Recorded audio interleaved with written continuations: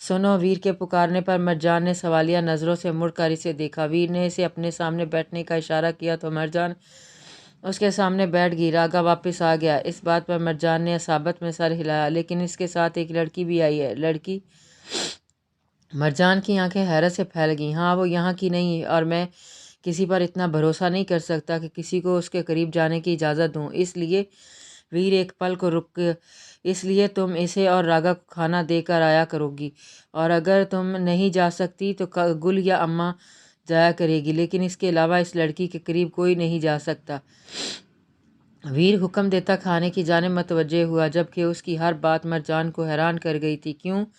مرجان کے سوال کو کرنے پر ویر نے اسے گھور کر دیکھا۔ تمہیں جو حکم دیا اس کو مانو، سوال جواب کرنے کی نہیں کہا میں نے، ویر نے سختی سے کہا تو مرجان اپنا سر جھکا گئی۔ اس کا دل کیا کہ اسے بتائے کہ وہ اس کی بیوی تھی، اس کے وجود کا حصہ، کوئی غلام نہیں جسے وہ اسے حکم دے۔ مرجان نے اپنے آنسو پی کر ہاں میں سر ہلایا اور وہاں سے جانے لگی، لیکن ویر نے اس کی کلائی پکڑ کر اسے روک لیا۔ وہ یہاں کی نہیں ہے مرجان، بس یہ سمجھ لو یہاں پر قیدی ہے، اس لیے بہتر ہے بس اپنا کام کرنا، اسے دل نہ لگا لینا، خام خواہ تکلیف ہوگی تمہیں۔ اتنا کہہ کر ویر نے اس کی کلائی چھوڑ دی تو مرجان عصابت میں سر ہلا کر کمرے سے باہر نکل آ گئی۔ ویر خاموشی سے کھانا کھانے لگا، جبکہ سوچوں کا مرکز مرجان تھی۔ جس دن سے اس نے ویر کا وہ روپ دیکھا تھا وہ بدل گئی تھی۔ ویر نے اب کبھی پہلے کی طرح مسکراتے ہوئے کھلکھلاتے ہوئے نہیں دیکھا تھا۔ شاید اس کے لیے یہی ٹھیک تھا کہ وہ جلد ہی یہ بات سمجھ گئی تھی۔ ان کی زندگی عام لڑکیوں جیسی نہیں تھی جس میں انہیں پیار ملے، وہ خوشی خوشی اپنے شوہر کے ساتھ زندگی گزار دیں۔ نہیں، ان کی زندگی دشوار تھی، بہت زیادہ دشوار۔ صبح ہوتے ہی مرجان نے نماز پڑھنے کے بعد ویر کے لیے ناشتہ بنایا تھا، اور اسے ناشتہ کروا کر بھیجنے کے بعد اسے اس لڑکی کا یاد آیا جس کے بارے میں ویر نے اسے بتایا تھا۔ مرجان نے اس کے اور راگا کے لیے بھی ناشتہ تیار کیا اور راگا کے گھر کی جانب چل دی۔ قد راگا کو زیادہ جانتی نہیں تھی، بس باقی عورتوں کی طرح اتنا جانتی تھی کہ وہ ان کا سردار تھا اور اس کے حسن کی وجہ سے کافی لڑکیوں کو وہ اچھا بھی لگتا تھا۔ اس سے زیادہ مرجان کی اس سے کبھی بات نہیں ہوئی تھی۔ مرجان نے اس کے گھر پہنچ کر دروازہ کھٹکھٹایا، جو کچھ دیر کے بعد راگا نے کھولا اور اسے گھورنے لگا۔ راگا لالا، میں آپ کے لیے ناشتہ لائی ہوں۔ مرجان کی بات پر راگا کی آنکھیں مزید چھوٹی ہوئی تھیں۔ اور یہ مجھے غریب پر اتنی مہربانی کس کے کہنے پر کرنے کہا ہے؟ راگا نے اس کے انداز میں پوچھا تو مرجان نے حیرت سے اس کی جانب دیکھا۔ میرے شوہر نے۔ اس شوہر کا کوئی نام بھی ہوگا یا باقی ساری دنیا اسے شوہر شوہر ہی کہہ کر بلاتے ہیں؟ راگا کی بات پر مرجان بہت گھبرا گئی۔ ایک تو پہلے کبھی ویر اور دلاور کے علاوہ اس نے کسی آدمی سے بات نہیں کی تھی، اوپر سے یہ عجیب سا شخص، ان کا نام ویر ہے۔ کون ویر؟ میں تو کسی ویر کو نہیں جانتا۔ اس بات پر مرجان کا سانس سوکھ گیا۔ کیا وہ صحیح گھر آئی تھی؟